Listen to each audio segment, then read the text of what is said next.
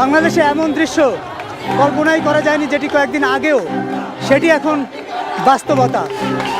আরেকটি গণ অভ্যুত্থান ঘটে গেল বাংলাদেশে এবং ছাত্র আন্দোলনের মধ্য দিয়ে সেই গণ অভ্যুত্থান এবং সরকারের পতন ঘটল এবং এই পতনের সাক্ষী হতে, উল্লাস করতে রাস্তাঘাটে এই মানুষের ভিড়।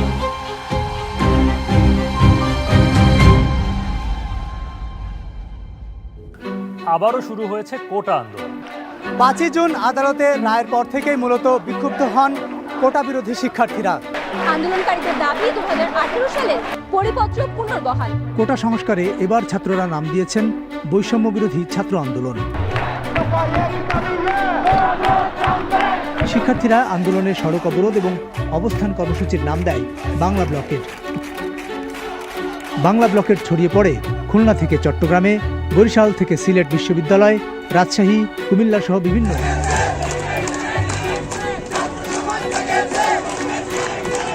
সারা দেশে আন্দোলনকে সুসংগঠিত করতে প্রাথমিকভাবে 65 সদস্যের একটি সমন্বয় কমিটি গঠন করা হয়।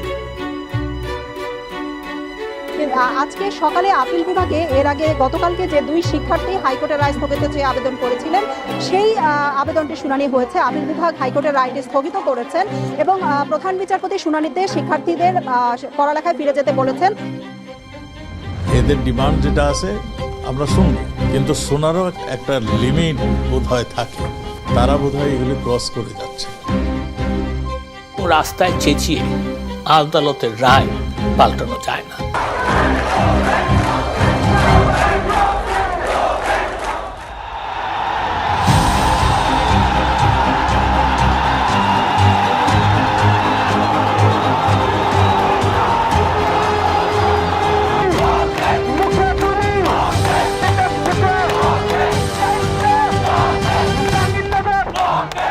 কোটার মেধা তো এক জিনিস না, তো এইখানে দ্বন্দ্বটা সৃষ্টি করে, এটা একটা ট্যাকটিস।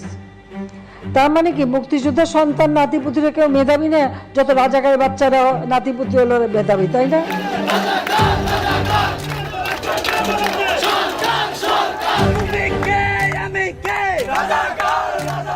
এই আত্মস্বীকৃত মানে রাজাকার যারা নিজেদের অদ্যত্বপূর্ণ মানসিকতা প্রকাশ ঘটিয়েছে, একটা পর্যায়ে এই পরিস্থিতি আসলে জটিল আকার ধারণ করতে শুরু করে। তার জবাব তারাই। ছাত্রলীগের নেতাকর্মীরা তারা বের হয়ে কোটা আন্দোলনকারী শিক্ষার্থীদের ধাওয়া করতে শুরু করে এবং সে সময় আমরা যেটি দেখেছি যে কোটা আন্দোলনকারী শিক্ষার্থীদের বেশ কয়েকজনই আহত হয়েছে। আমরা খুব দাঁত ভাঙা দাওয়া দিয়ে বলতে চাই যে এই ঘটনা যদি পুনরাবৃত্তি ঘটে, আজকে 5 মিনিটে আমরা বের করে দিচ্ছি, আর প্রতিনিয়ত ঘরের থেকে আমরা ধরে নিয়ে আসবো। আমরা সাবধান, ভাবির হলগুলোতে যে ছাত্রলীগের নেতাকর্মী আছে, আমরা ফু দিলে 5 মিনিটে টিকতে পারবো। আপনারা আজকে সারাদিন দেখেছেন কি হয়েছে, কিন্তু আমরা স্পষ্টভাবে বলতে চাই, এইভাবে সহিংসভাবে এই আন্দোলনকে দমন করা সম্ভব নয়।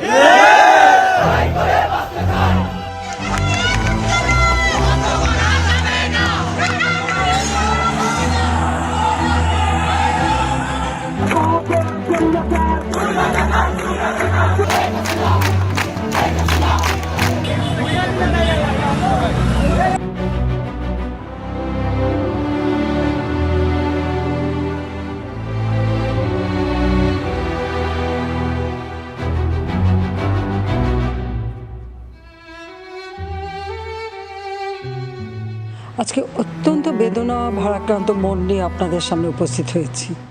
হয়তো কতগুলি মূল্যবান জীবন ঝরে গেল। আপনজন হারাবার বেদনা যে কত কষ্টে, তা আমার থেকে আর কে বেশি জানে।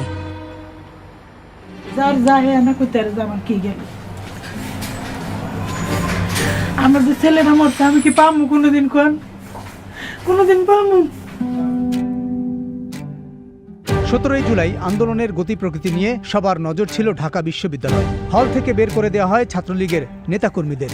অনির্দিষ্টকালের জন্য বন্ধ ঘোষণা করে 6টার মধ্যে হলগুলো খালি করার নির্দেশনা জারি করে। তবে শিক্ষার্থীরা এর প্রতিবাদ করে ক্যাম্পাস না ছাড়ার ঘোষণা দেয়। পরে আন্দোলনরত শিক্ষার্থীরা উপাচার্যের বাসভবনের সামনেই গায়েবানা জানাজা পড়ে এবং কফিন মিছিল বের করে। অ্যাকশনে যায় আইন শৃঙ্খলা রক্ষাকারী বাহিনী।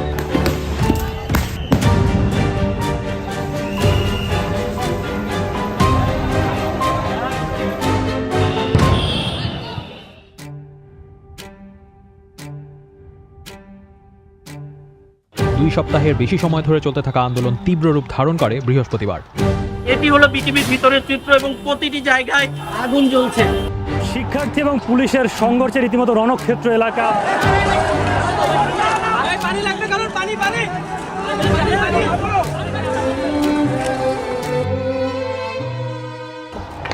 এই যাত্রাবাড়ি এলাকা, যেখানে মূল পথ বাংলাদেশের যোগাযোগ ব্যবস্থার, সেই যাত্রাবাড়ির এই অংশটুকু কিন্তু সকাল থেকেই বন্ধ রয়েছে এবং ফলে কার্যত রাজধানী ঢাকা কিন্তু বিচ্ছিন্ন হয়ে পড়েছে। এবং আমরা যেটা দেখতে পেয়েছি,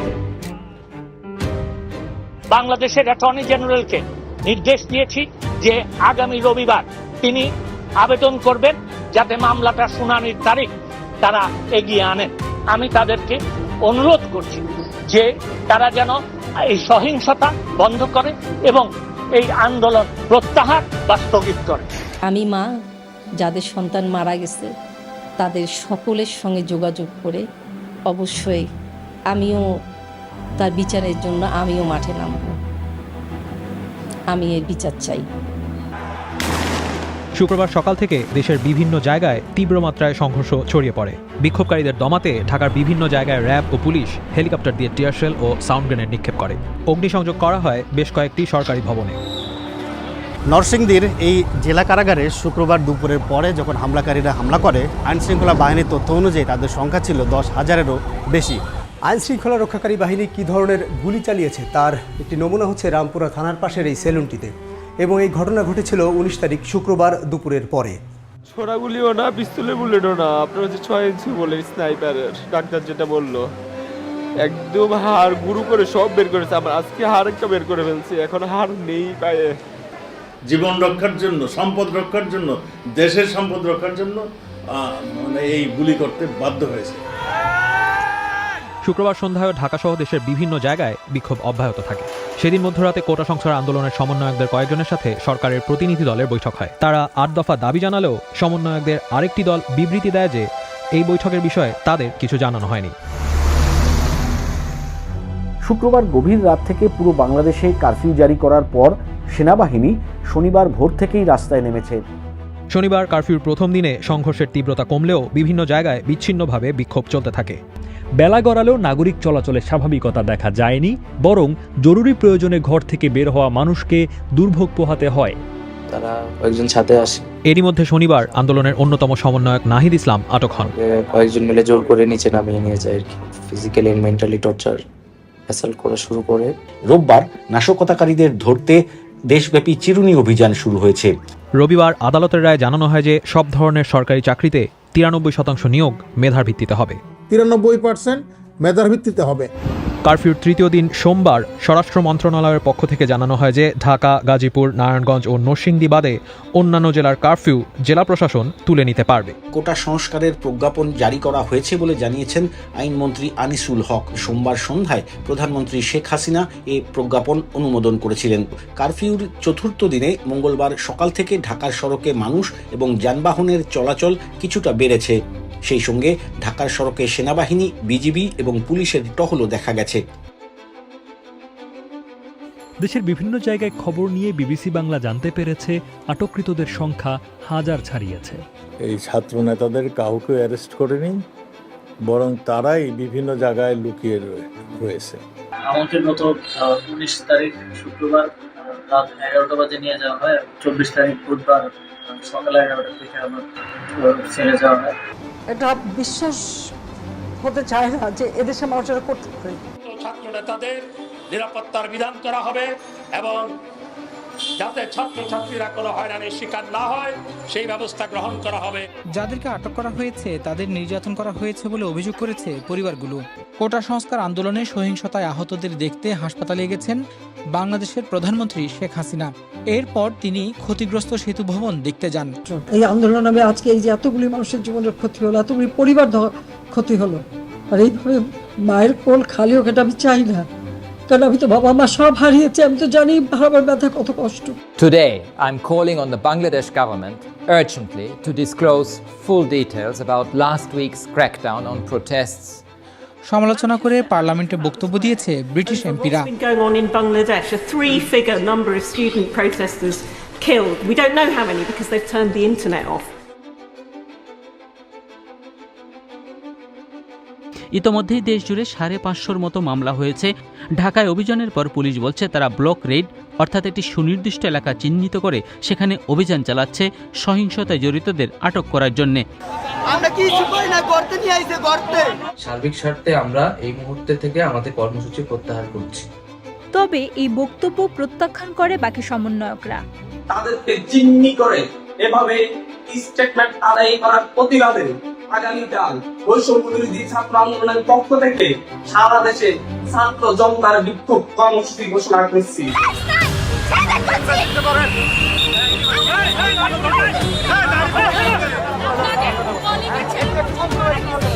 আধা ঘন্টার মধ্যে পিটিশন ড্রাফট করে আমরা বলেছি যেভাবে পারে যে পারে যেন এই গুলিটা থামানোর চেষ্টা করা হয়। আমরা আমাদের সন্তানদের রক্ষা করার জন্য এসেছি, কারো বাপের প্রয়োজনে আমরা এখানে আসিনি। সেটার বেগ একটা প্রেয়ার চাওয়া হয়েছিল যে পুলিশের গুলি করা অবৈধ। মৃত্যুর বিচার আমরা চাই, এটা হচ্ছে আজকে আমাদের দাবি, জাস্টিস।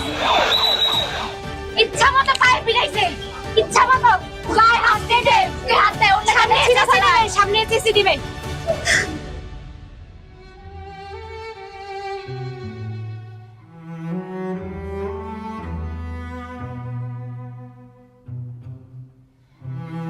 সবাইকে ছাড়ছে, শেষ পর্যন্ত বাংলাদেশ জামায়াতে ইসলামীকে রাজনৈতিক দল হিসেবে নিষিদ্ধ করেছে সরকার। শুক্রবার খুলনা ও সিলেট শহরের কয়েকটি এলাকায় পুলিশের সাথে বিক্ষোভকারীদের সংঘর্ষ হয়েছে।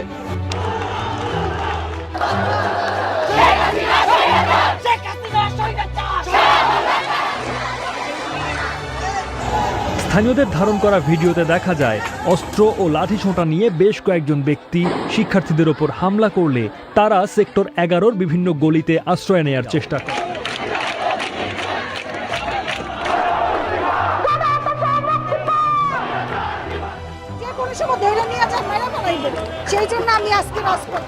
বাংলাদেশের রাজধানী ঢাকার জাতীয় প্রেস ক্লাব থেকে গ্রহযাত্রা কর্মসূচি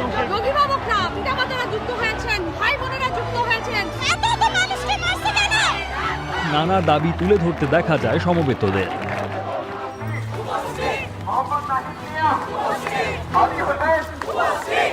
আমরা এক দফার সিদ্ধান্তে উপনীত হয়েছি, এই সরকার কোনোভাবে আর 1 মিনিট ক্ষমতায় থাকার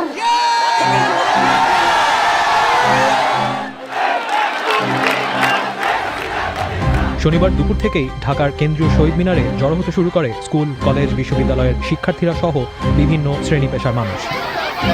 তবে ঢাকার বাইরে কুমিল্লা, সিলেট সহ কয়েকটি জায়গায় পুলিশ ও আওয়ামী লীগ কর্মীদের সাথে আন্দোলনকারীদের সংঘর্ষ হয়েছে। আন্দোলনকারীদের সাথে আওয়ামী লীগ কর্মী ও আইন শৃঙ্খলা রক্ষাকারী বাহিনীর সংঘর্ষে রবিবার রাত 10টা পর্যন্ত সারা দেশে অন্তত 75 জনের মৃত্যুর খবর নিশ্চিতভাবে পাওয়া গেছে। এরকম পরিস্থিতিতে দুপুরের পর থেকে সারা দেশে মোবাইল ইন্টারনেট সংযোগ বিচ্ছিন্ন করে দেওয়া হয়। এমন পরিস্থিতিতে বিকেল 4টার দিকে সন্ধ্যা 6টা থেকে অনির্দিষ্টকালের জন্য কারফিউ ঘোষণা করা হয়।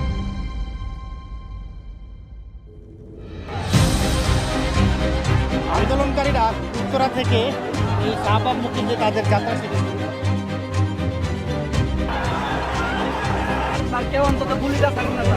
আমি আমার মাতৃত্ব থেকে আমি আমার সন্তানদের জন্য আমি এখানে আসছি, আর একটি সন্তানেরও আমরা লাশ দেখতে চাই না। আমার একটি সন্তানের 1.5 দশকেরও বেশি সময় রাষ্ট্র ক্ষমতায় থাকার পর অবসান হলো আওয়ামী লীগ সরকারের। দুপুর 12টায় পদত্যাগ করে সপরিবারে দেশ ত্যাগ করে ভারতে গিয়েছেন সাবেক প্রধানমন্ত্রী।